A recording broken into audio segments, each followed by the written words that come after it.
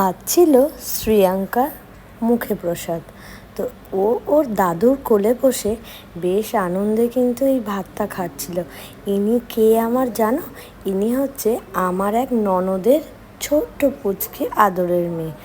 তো ওর ছিল সেদিনকে রাইস সেরেমানি। তো সবাই মোটামুটি ওকে নিয়ে খুবই ব্যস্ত হয়ে পড়েছিল। তো ও কিন্তু মজায় বসে বসে ভাতটা খেয়ে নিচ্ছিল। তারপর চলে গেলাম আমরা সন্ধেবেলা, দেখো, এই সমর্পণ বাড়িটিতে। তো এই যে ওর নাম ছিল শ্রিয়াঙ্কা।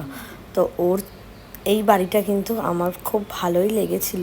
তো দেখো, তারপর আমরা সবাই মিলে একটু ভেতরের দিকে যাব বলে রেডি হচ্ছিলাম। তারপর আমার ছেলে আর ওর পিয়া দিদি, পিসান, পিয়া, মামা সবাই মিলে বাইরের দিকে সবাই গল্প করছিল। তো আমি তার মাঝখানে একটু ভিডিও করে নিলাম। তারপর চলে গেলাম ভিতরে। তো দেখো, এখানে ছিল স্টার্ট